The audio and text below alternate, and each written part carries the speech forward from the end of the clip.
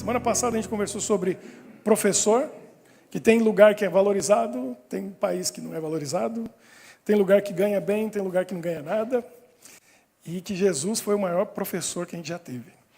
Hoje, bom, eu vou falar. Semana que vem, depois, o Dr. Jean vai estar aqui, ele vai falar sobre médico e pastor. Deixei para ele falar de pastor, senão fica muito suspeito eu falar.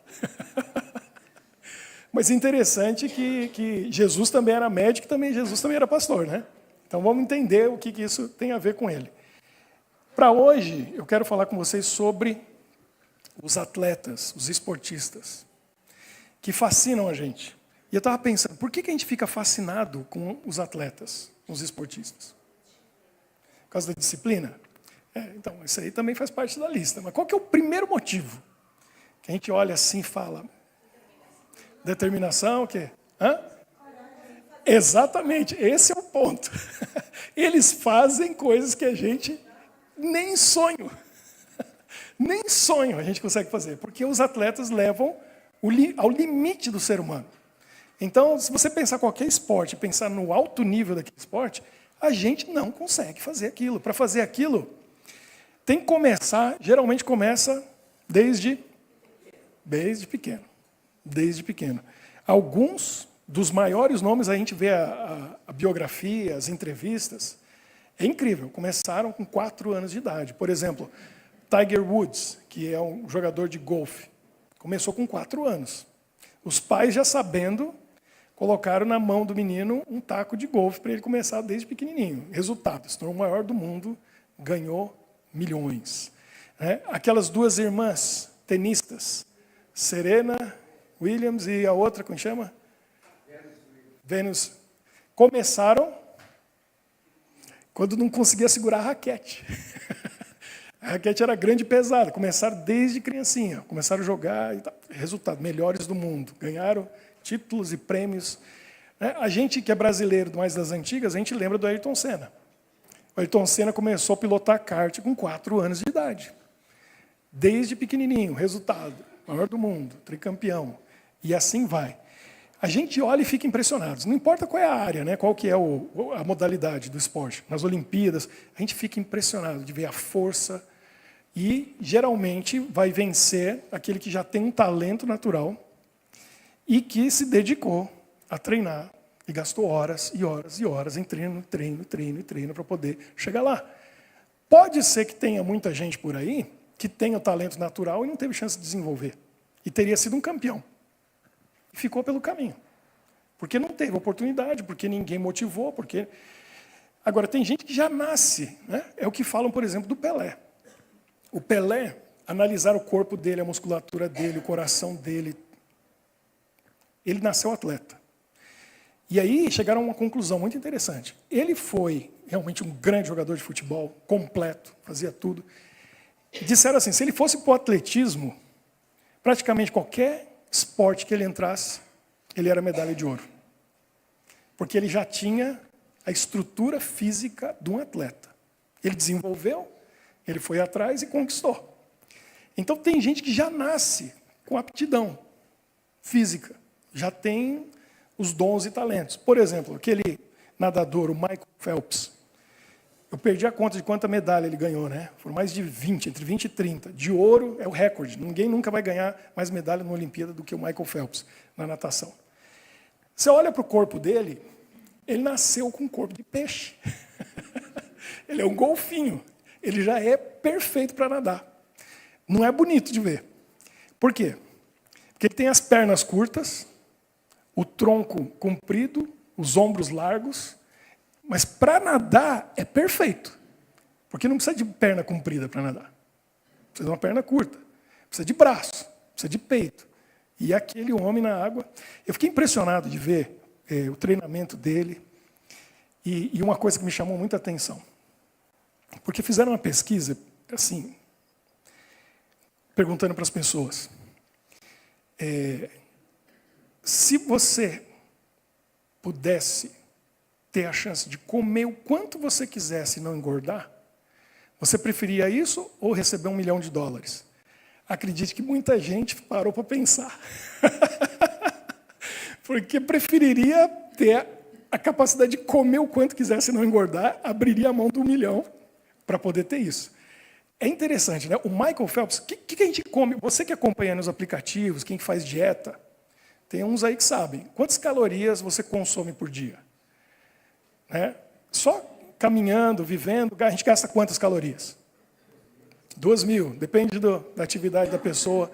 Então, se você consumir mais que 2.000, vai sobrar e vai para algum lugar indesejado. Então, para emagrecer, você tem que gastar mais caloria do que você consome. Agora, o Michael Phelps caía na água e nadava naquela velocidade, o treinamento dele era tão intenso, super intenso, que ele queimava, vocês nem imaginam o número de calorias. Ele tinha que comer o sonho de que é o sonho do gordinho. Ele tinha um café da manhã inacreditável. Depois um lanche, depois um almoço, depois outro lanche à tarde, depois outra janta. E aquela mesa assim, ó, porque ele queimava tudo aquilo. Sabe quantas calorias ele... Entre 14 e 15 mil. Não dá para comer isso. Não dá para comer. O prato dele, assim, ó, a mesa dele, ele consumia, ele tinha que comer 14 a 15 mil calorias por dia para queimar tudo na piscina. E queimava tudo. Imagina, que loucura. Então, a vida do atleta não é só flores, né? Porque a gente pensa, o menininho começa a olhar, ele entra no esporte, para ele é brincadeira. Começa brincando. E é legal. Vai brincar com os amigos, é divertido. E seja futebol, seja tênis, seja golfe, seja lá o que for. O atletismo. Aí, quando vira algo profissional, e na adolescência, quando eles hoje em dia já são contratados, já não é mais brincadeira. Aí fica chato. E é engraçado como que os atletas, geralmente, se ele vem, independente de onde ele vem, ele tem os alvos, os objetivos, ele quer conquistar aquilo, e a conta bancária, né, quem colocou os pais estão de olho e está sonhando com os milhões. Né? Um ou outro chega lá nos milhões.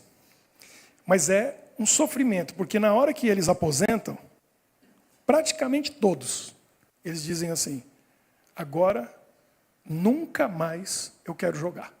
Nem de diversão, de brincadeira no final de semana. Porque ficou associado com o sofrimento, com a dor. Bom, tem muito Ronaldo no futebol, né? Mas o Ronaldo de verdade, que é o Ronaldo Nazário, que é o fenômeno, que os outros é cópia. Ele era casado na época, acho que é Milene o nome dela, que era jogadora de futebol também. E ela começou a reclamar para ele. Ela falava assim, não dá, meu joelho está doendo, não sei o que está doendo. E ela reclamava todo dia, até que chegou um momento que ele falou para ela, olha, atleta de alto nível não vive sem dor. A gente sempre vai ter dor. Ou você se acostuma ou desiste. E ela tomou um susto, né? E aí que ela se deu conta que o Ronaldo vivia com dor. Quando ele se aposentou, o pessoal falou, você está muito novo para aposentar, por que você está aposentando? A primeira coisa que ele disse foi o seguinte, eu não aguento mais sentir dor. Era viver com dor. Então tem um preço, e é alto. Paga-se um preço alto para ter aquilo. Então, não é só glória, né, e alegria. Agora, a gente vê muito atleta, muito esportista que é obcecado. E aí esse é um ponto negativo.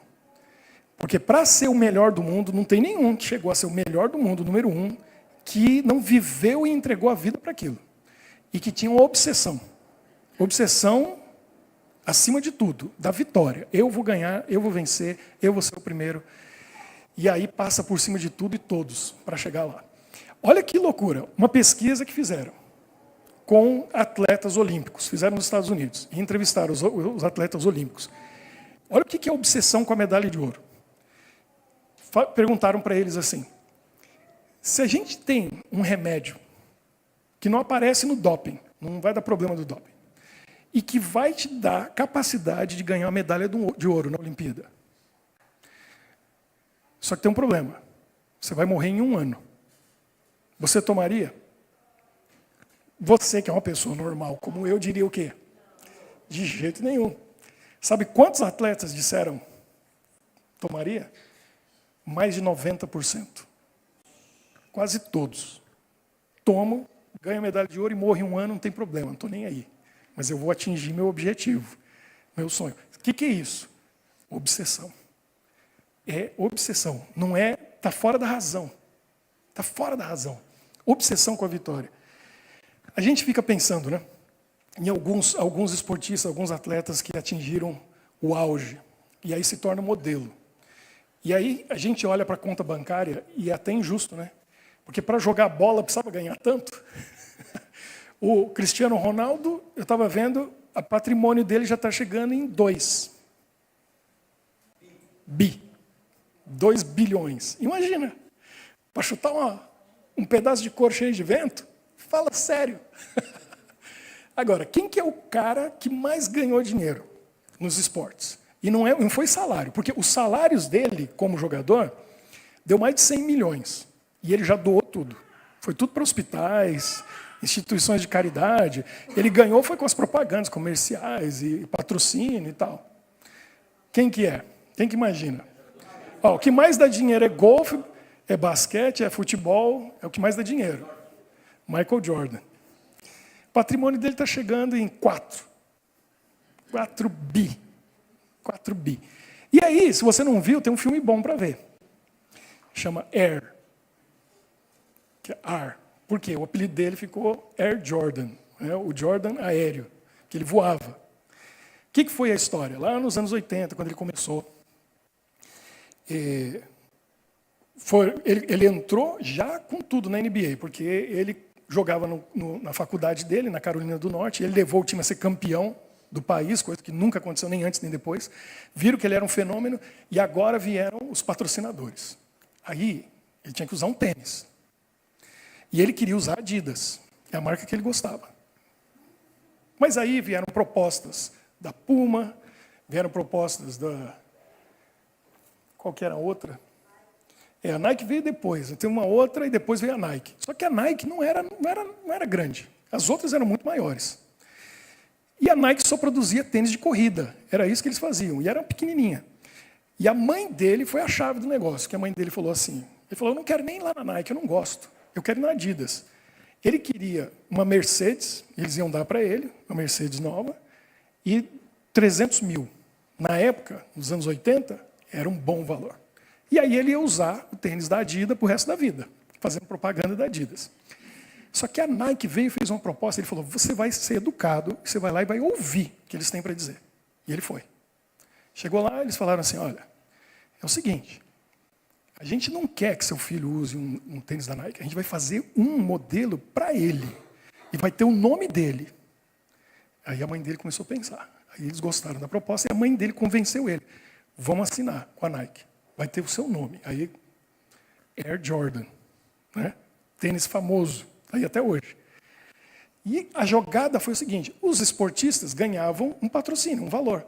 Ela teve a ideia e falou com eles o seguinte, falou, tá bom, meu filho vai assinar, só que é o seguinte, de cada tênis que vender com o nome dele, ele vai receber uma porcentagem, 10%.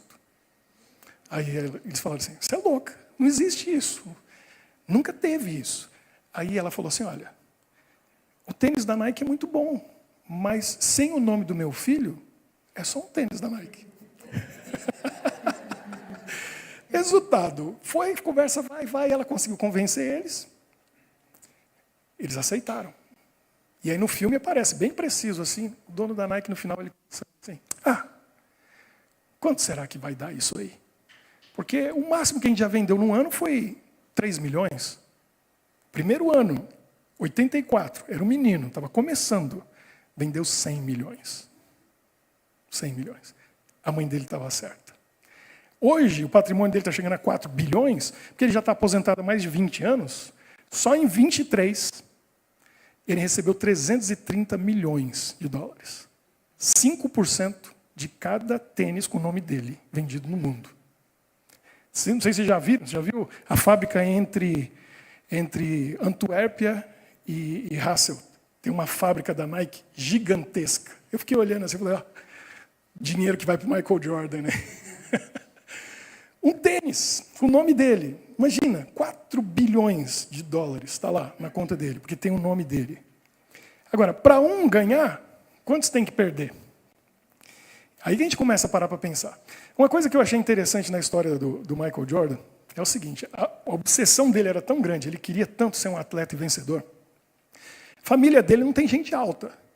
E hoje em dia, antigamente, estou falando mais de 50, 60 anos atrás, qualquer um jogava basquete. Hoje, se você não tiver 1,90 para cima, você é baixinho. É anão. Não dá. Ele, sabendo disso, na época dele, ele queria crescer. Só que a família dele, os mais altos tinham a minha altura. Você olha a foto da família, é a coisa mais engraçada. Você olha, está todo mundo assim, ó, da minha altura para baixo, e tem uma girafa atrás, assim, né?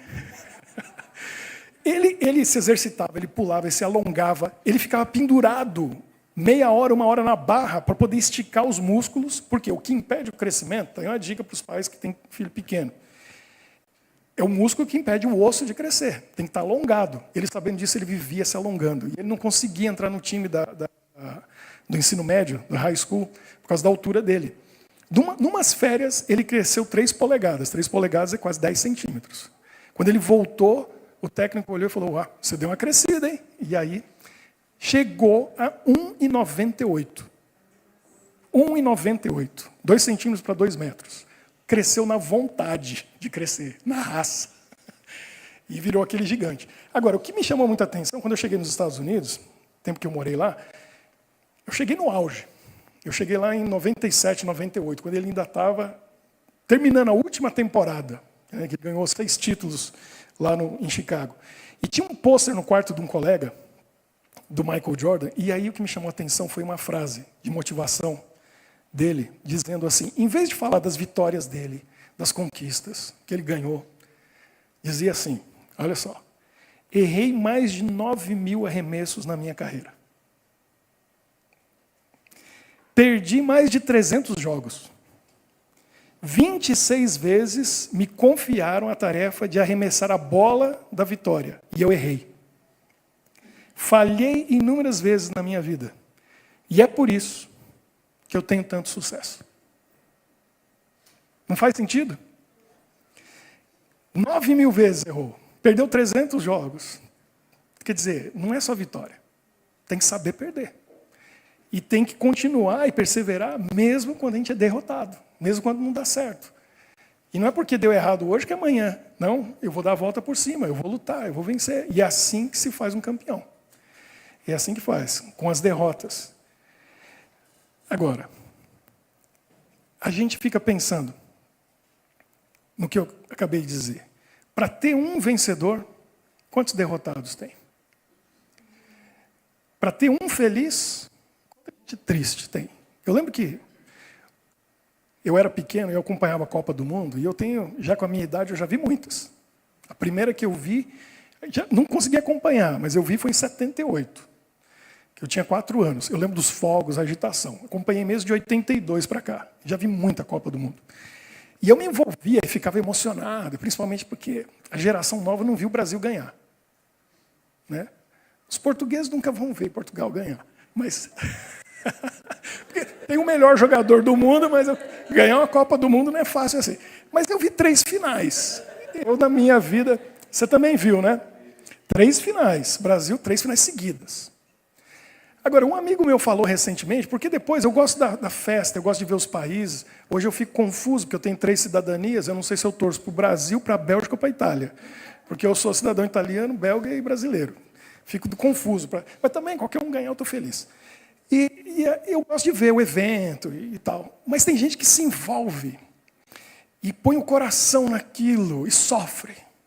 E aí um amigo meu chegou a essa conclusão. Ele falou para mim assim, porque ele ficou tão indignado, e o esporte tem disso, que você acaba xingando o juiz, ou o jogador do outro time que fez alguma coisa contra o seu time, ou você xinga o seu mesmo quando os camaradas não joga direito, aí começa a dizer mercenário, está aí só pelo dinheiro. Né? Então é um risco muito grande para quem é cristão. Porque a chance de você pecar assistindo um jogo e se envolver é muito grande. Por isso que eu já tenho alguns anos, já não perco mais tempo, porque envolve com as emoções da gente, com as emoções a gente não pode brincar, tem que ter cuidado. Aí o meu amigo falou para mim assim, chegou na final da Copa do Mundo, o Brasil foi eliminado, como hoje é comum, acho que não ganha nunca mais, já foi a fase boa. Mas ele falou assim, um país fica feliz para ver todo mundo triste, todo mundo sofrendo. Então só um está feliz, só um fica feliz. Todo mundo que perdeu, né, não tem como ficar feliz, porque não ganhou. Então, quer dizer, onde que está o contentamento? Os esportes, eles têm um outro problema, que a gente está analisando positivo e negativo, né?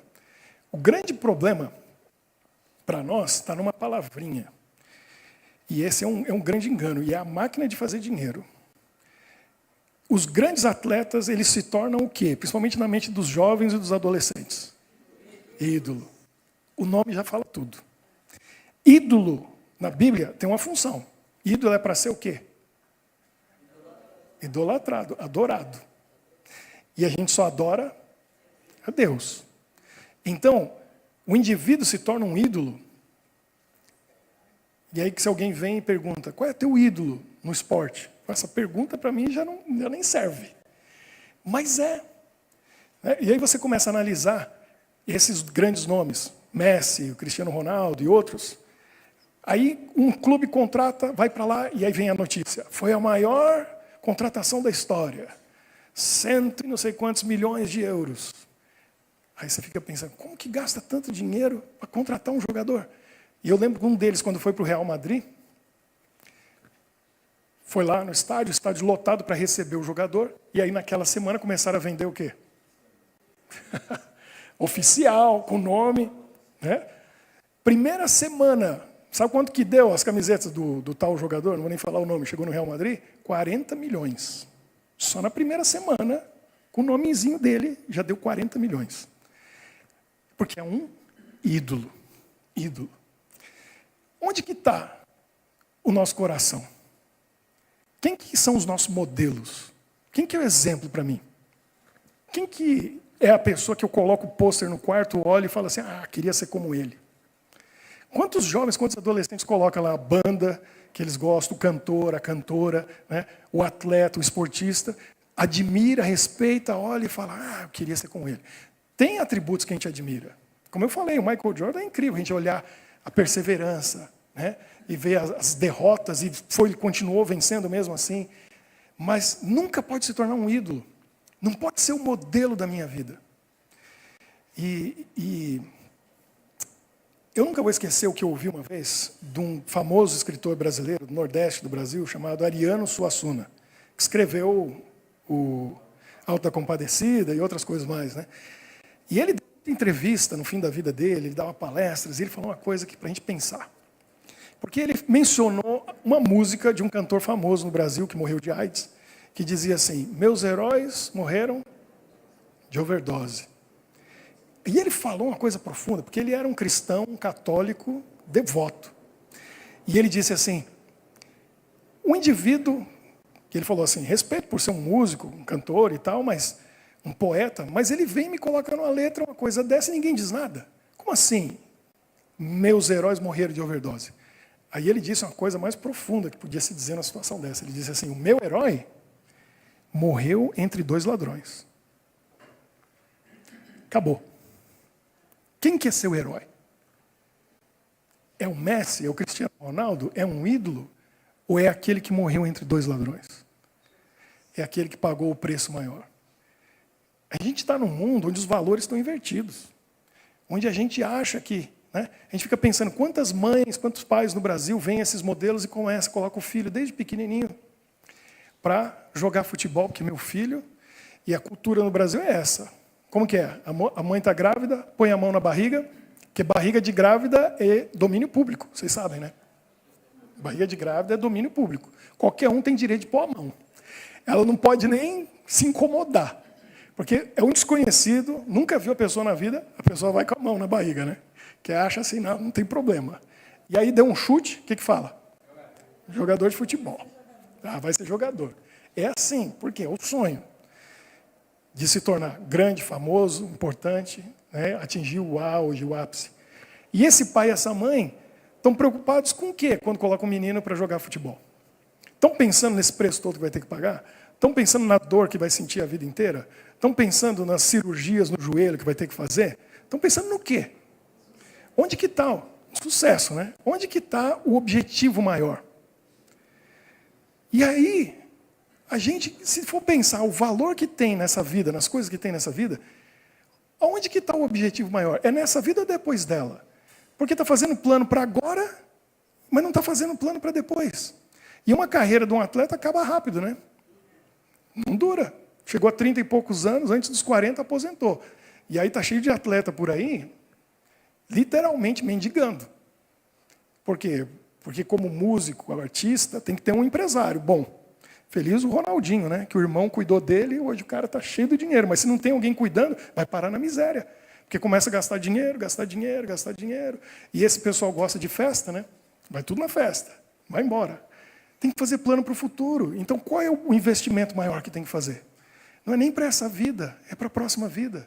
É ensinar essas crianças que a gente pode ter sucesso nessa vida, que a gente pode conquistar coisas aqui, com a bênção de Deus, com a companhia de Deus, mas não para querer ser melhor que os outros e estar acima dos outros. Tem um videozinho, eu quero mostrar para vocês. Quando eu vi esse vídeo, me fez pensar, porque é uma coisa óbvia que a gente para pensar na vida, na realidade, mas esse atleta, ele expressou de uma maneira que ficou muito claro. E não é todo mundo que vai vencer.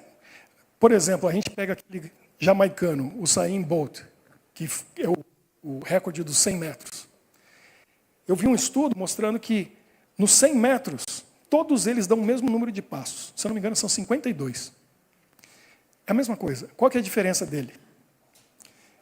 O tamanho da perna. O homem é um gigante. E geralmente os gigantões não conseguem correr, né? Eles são meio... Ali juntou o tamanho com a força, a explosão, a velocidade, tudo. Ele dá os mesmos números de passos, só que a perna dele, né? A minha chega aqui, a do homem é aqui, ó. Imagina o compasso. Ninguém vai bater aquele recorde. Para bater o recorde dele, vai precisar de um cara maior. Vai ter que ter um de 2 metros para conseguir bater aquele recorde. Então, nem todo mundo nasce para ser campeão. E aí o que acontece? Vamos ver esse vídeo. Se dá para colocar lá. Olha o que esse atleta falou. Dos condicionamentos do sistema. Eu também estudei na escola, estudei escolas militares, fui militar. Eu fui induzido ao machismo nessa sociedade de Deus Pai. Eu fui induzido à competição, eu competi bastante. Desde 10 anos de idade, no colégio militar eu já era corredor. E eu pratiquei muito esporte, competi muito. E fui crescendo assim, eu tinha muito prazer, eu ganhava muito, corria muito. Mas na adolescência eu comecei a ver pessoas que se dedicavam ao esporte com mais seriedade, com mais coração. E essas, quando perdiam, ficavam muito tristes, muito tristes. E eu ganhei algumas competições e vi pessoas nesse estado de tristeza. E eu me sentia culpado, porque para mim não era tão importante assim ter ganhado. Eu preferia não ter causado aquela tristeza. Então eu comecei a questionar a competição. O ápice chegou no Exército. Chegou um ponto que eu falei com o comandante do meu pelotão, um tenente, que eu não queria mais competir. E ele estranhou muito, ele tá maluco? Eu já tinha ganhado troféu, medalhas em várias modalidades e tal. Eu era um atleta por excelência. Mas eu não queria mais competir, pela tristeza que eu causei numa competição entre Exército, Marinha e Aeronáutica. Sabe, eu vi tristezas homéricas ali. Eu falei, isso é uma idiotice, eu não quero mais competir. Isso é uma babaquice. Que prazer eu tenho em estar ganhando isso, em correr mais do que os outros. Sabe, não vale, a tristeza dos derrotados não vale a minha vitória. Então a vitória perdeu importância, foi um valor que caiu. Eu não quero mais ganhar. E aí, depois que eu saí do Exército, eu estendi isso para a própria vida. Eu não quero mais vencer na vida. Eu não quero ser melhor do que ninguém. E para mim isso foi um alívio. Eu tinha 19 anos. Eu não preciso mais ser melhor do que ninguém. Eu não quero ser melhor do que ninguém. Porque isso angustia muito as pessoas. E as pessoas nem percebem. Elas desejam realmente vencer. E se elas não conseguem vencer, elas se sentem derrotadas. São sentimentos horríveis. A alegria da vitória é uma falsa alegria, porque ela está calcada em cima de tristezas. Então ela não me interessa. E eu ganhei paz. E aí a vida tomou outra importância. Faz sentido ou não faz? E aí a gente ouve essa frase, tem que vencer na vida, tem que vencer na vida, tem que vencer na vida. Para você vencer na vida, alguém vai ter que perder, vai ter que ser derrotado. E aí? Como cristão, como que a gente convive com isso? Quem conquistou a vitória foi Jesus. O que eu tenho que conquistar? O que eu tenho que fazer? Olha o que Paulo fala, 1 Coríntios, capítulo 9. Muito interessante. Porque essa coisa de competição não é de hoje. As Olimpíadas estão aí, mas elas vêm de onde?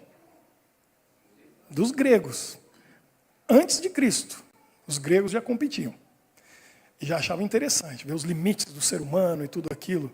Olha o que Paulo fala em 1 Coríntios 9, no verso 24 em diante. Diz assim: não sabeis vós que os que correm no estádio, todos, na verdade, correm, mas um só leva o prêmio.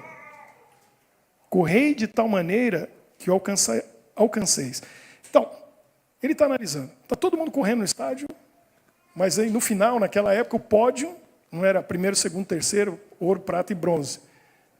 Era para o primeiro lugar. É o vencedor, é o campeão. Todo mundo correndo, mas só um vai vencer. E ele está comparando com outra carreira que a gente está buscando. O que ele está falando aqui também, a gente vai ver no próximo verso, é que o prêmio era a glória. Porque naquele tempo não tinha uma conta no banco para ganhar milhões. No caso de uns bilhões. O que eles ganhavam? Qual que era a medalha? Vocês já viram as imagens? O que eles recebiam? Isso aí, é uma coroa de louros. Que dura quanto tempo? Coloca as folhinhas ali, recebeu aquela glória, aquela honra. Naquele tempo não tinha nem um Instagram para você postar a foto. Vai durar o que aquela glória? Vai durar quanto tempo aquela honra? Aí Paulo diz aqui, todo atleta em tudo se domina. Na outra versão diz assim: todos os que competem nos jogos se submetem a um treinamento rigoroso para obter uma coroa que logo perece. Coroa de louros. Vai perecer. Mas ele se domina, ele se controla. Você falou, disciplina. O atleta é disciplinado.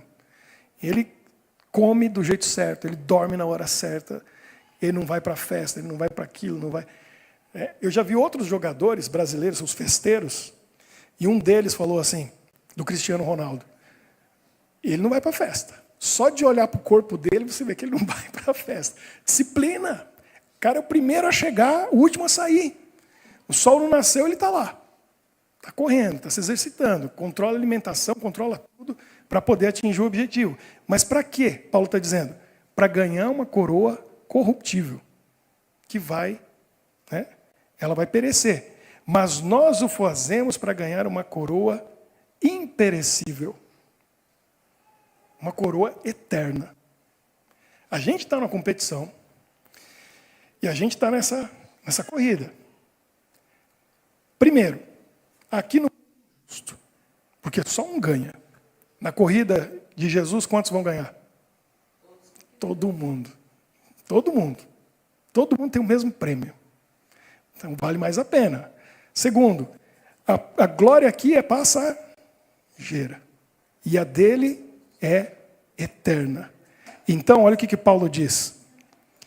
Assim corro também eu, não sem meta, tem objetivo. Assim luto, não como desferindo golpes no ar, mas esmurro o meu próprio quê? Corpo, e o reduzo à escravidão, para que, tendo pregado a outros, não venha eu mesmo a ser desqualificado. Então, na competição, todo mundo pode ganhar e a coroa da vida eterna está à frente. Só que tem um preço também. O preço, Jesus já pagou. Jesus já pagou o preço. Agora, o que eu tenho que fazer? E o que me deixa preocupado é olhar para a gente e olha para a realidade do mundo, e o pai e a mãe colocam o menininho na escolinha de futebol, dá uma raquete de tênis para a criança, pensando na glória desse mundo, mas a gente não gasta tempo para treinar para essa corrida que tem uma coroa da vida eterna lá na frente. Jesus já deu o prêmio está lá esperando, eu só tenho que buscar. Mas eu não quero levantar. Estou com preguiça. Não estou com vontade. E a gente vai se iludindo no mundo e não faz a nossa parte. Paulo falou, eu me esmurro. Eu bato em mim e faço esse corpo levantar e fazer o que tem que fazer. Por quê? Porque eu vou correr essa corrida, eu vou chegar lá, e ainda mais eu que estou motivando os outros, eu não quero ser desqualificado. Que vergonha. Eu estou pregando, eu estou ensinando, e eu vou me desqualificar? A gente está fazendo o treinamento que precisa ser feito? Porque o músculo espiritual tem que ser treinado. Não é nada é de graça. Se alguém tem alguma coisa, alguém pagou. Ou você pagou ou pagaram por você. Essa coroa tem um preço. Você não pagou por ela, alguém pagou. E custou caro. Para a gente é só aceitar. Mas para Jesus custou o quê? A vida dele. Está pago. Agora, eu tenho que buscar. E como que eu busco? Eu preciso exercitar o meu músculo espiritual. Todo dia eu tenho que pagar o preço. O atleta, para ganhar uma coroa corruptível, está lá se disciplinando, lutando com horário, controla o que come, o que faz, o que não faz, onde vai, tudo direitinho para poder ser o melhor e atingir o objetivo. A gente precisa da mesma disciplina. Essa palavra é tudo. O que mais você falou? Você falou disciplina, falou o que mais? Coragem. Tem uma outra palavra que a Ana Luísa falou, determinação. Cadê a determinação? Cadê a determinação? Primeiro ventinho que sopra, a gente cai. E já desiste. Enquanto a gente estiver nesse mundo, a gente está nessa luta. E eu tenho que me disciplinar. Então, do mesmo jeito que o atleta, aí eu estou falando de conhecimento próprio, a gente tem que pensar no que come e o que não come. Que hora que dorme, que hora que levanta. Quais são as atividades que eu tenho que fazer para o meu músculo espiritual crescer e ficar forte. Por quê? Eu preciso de resiliência. O que mais que eu preciso? Isso aí, repetição, tem que repetir. Então não adianta um dia, não adianta uma semana, não adianta um mês, tem que ser constante. Todo dia um pouquinho, todo dia um pouquinho. Para eu ter o quê? Perseverança, resiliência, paciência. Vamos falando aí, o que mais? Quero ser como Jesus? Ser como Jesus? Eu nasci como Ele? Não, então tem que aprender. Como que eu aprendo? Praticando, todo dia. Então o que eu tenho que fazer? Eu tenho que gastar tempo com Ele. O atleta não gasta tempo no treinamento? Eu tenho que gastar tempo. Então eu tenho que tirar tempo para aprender sobre Ele, onde está a história dele. E aí eu vou orar, aí eu vou conversar com Ele e pedir para Ele, eu quero ser como você. Eu quero ser como você. A transformação não é milagre, não é da noite para o dia. Como atleta, ninguém se torna campeão. Vou começar a praticar esse esporte, mês que vem sou campeão. É uma vida, é o resultado de uma vida. Para ser como Jesus, é assim também? É mágica? Não. Os discípulos ficaram 3 anos e meio convivendo com Ele, assim, face a face, todo dia. Foi suficiente? Não. Eles desistiram? Também não. Chegaram lá? Chegaram. É uma jornada. E eu tenho que decidir, todo dia. Então eu busco na palavra, e faço as minhas orações, e aí eu vou colocar em prática. Porque quem só fica lendo a Bíblia e orando, logo vai parar. Porque a gente descobre se está tendo transformação aqui, quando? Onde que o jogador, o lutador, o corredor descobre se o treinamento lá com os pesos, a repetição está funcionando? No campo. Tem que ir lá. Para ver o que está acontecendo na prática. O cristão, a prática do cristão é muito simples. Jesus falou, o que é ser cristão de verdade? Ele falou, ama a Deus sobre todas as coisas. E ama o próximo como a ti mesmo. É ali que a gente descobre se o tempo que eu estou gastando com a Bíblia e a oração está dando resultado. É ali na prática que eu vou ver se eu estou sendo transformado e me tornando esse herói. É aos pouquinhos. Agora, a gente ganha todo jogo? O atleta não ganha todo jogo. O Michael Jordan falou, perdi 300. Vai ver quantos ele ganhou. Ele não falou, né? A gente vai ser derrotado. Desiste? Não desiste. Continua. E aí eu vou dizer uma coisa que eu aprendi com a pessoa que eu mais tenho intimidade nesse mundo. É a minha esposa. Que eu conheci há 21 anos atrás. E ela não conhecia Jesus, ela não conhecia a Bíblia. Mas ela começou a se dedicar, começou a ler, começou a estudar, a vida dela começou a ser transformada. Ela leva tudo muito a sério. Aí eu aprendi com ela o seguinte. Ela disse assim, hoje eu tenho que ser melhor do que ontem. Essa semana eu tenho que ser melhor que semana passada. E esse mês, melhor que mês passado. E eu estou 21 anos assistindo isso acontecendo. E eu me animei. Eu falei, é isso que eu tenho que fazer também. progredindo, crescendo. E quando as pessoas olham a gente fazendo isso na nossa vida, porque a gente não está acomodado na arquibancada, só criticando, jogando pedra. Não, você está ali, relacionando com as pessoas, você vai falhar. Às vezes você vai dizer uma coisa que você não queria ter dito. Você vai fazer uma coisa que você não queria ter feito. E na nossa vida espiritual começa tudo aqui. Você vai pensar uma coisa que você não queria nem ter pensado. Mas você luta, ora e busca o perdão. E aí Jesus vai te transformando. E você vai se tornando melhor. Você vai se tornando como Ele. E você continua nessa batalha até alcançar a coroa da vida eterna. Vale a pena? Claro que vale. Sabe por quê? Porque o você hoje é melhor do que o você hoje. Mesmo com os erros e defeitos. Aí você continua com Jesus. E vai indo, e vai indo. Eu não vou esquecer o que aconteceu algumas semanas atrás lá em casa. Eu venho orando, eu venho buscando, eu venho querendo ser um esposo melhor, um pai melhor. É ali o meu campo. É ali que eu tenho que fazer gol. E às vezes eu faço gol contra. Meus meninos dão risada quando vê um jogo com as outras crianças. E eles falam para mim, papai, olha lá, fez um gol contra. Naquela hora, você acha que eu estava rindo? Eu fiz um gol contra. Fiz alguma coisa com meus meninos, tratei mal. E aí a Michele falou para mim assim, no dia seguinte, eu falei, você nem brigou comigo, né? Ela falou, eu sei que foi só um escorregão. Porque você não é mais esse aí. Nossa, aquilo foi um golaço. Foi um golaço. Saí assim comemorando. Por quê? Porque esse era eu. Era o pai que brigava com os meninos, não tinha paciência. Era aquele que respondia rápido, em seguida e já ofendia. É minha natureza. Mas orando, orando. E aí vem a vitória no campo. Que a hora que eu fiz um gol contra, falou assim, não. Deu todo desconto. Falou assim, porque esse não é mais você. Esse foi só um escorregão. Aquilo me animou. Que eu falei, agora que eu vou reforçar mais ainda. É agora que eu vou orar mais, eu vou buscar mais. É isso que Deus quer fazer com a gente. Transformar a nossa vida. Fazer um você melhor do que você é. Agora, Ele não obriga ninguém. Jesus não vem e entra na nossa vida e fala assim, eu vou te transformar e vou fazer aquilo que você nem vai acreditar. Eu tenho que pedir, eu tenho que buscar, eu tenho que querer. A minha parte é só essa. É eu dedicar tempo. Porque a gente só dedica tempo para aquilo que tem valor para nós. A gente só dedica tempo para aquilo que é importante para a gente. E aí, se a gente fica no nosso YouTube, no Instagram, horas, é porque aquilo é importante para a gente. Porque a gente vai gastando nosso tempo ali. Mas aí, quanto tempo a gente tem para orar?